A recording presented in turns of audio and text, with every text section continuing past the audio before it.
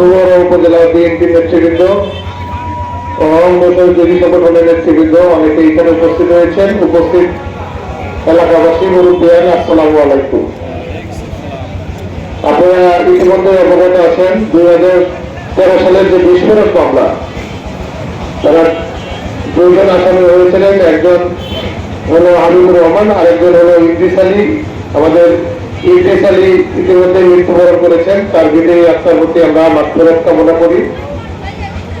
আমরা আজকে এখানে যে মুস্তাফালী বাজারে উপস্থিত হয়েছি আপনাদের সাথে মত বিনিময় করার জন্য, এটা আমার দল থেকে আমাদের কোনো নির্দেশনা না। আমাদের দলের ভারপ্রাপ্ত চেয়ারম্যান জনাব তারেক রহমান, উনি সারা বাংলাদেশের তৃণমূলে কাজ করছে মানুষের জন্য।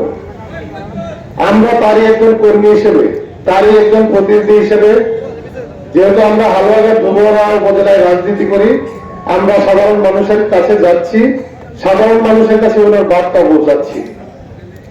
বিগত 16 বছর আওয়ামী লীগের অত্যাচার, নির্যাতন, নিপীড়নের কারণে আমরা সাধারণ মানুষের কাছে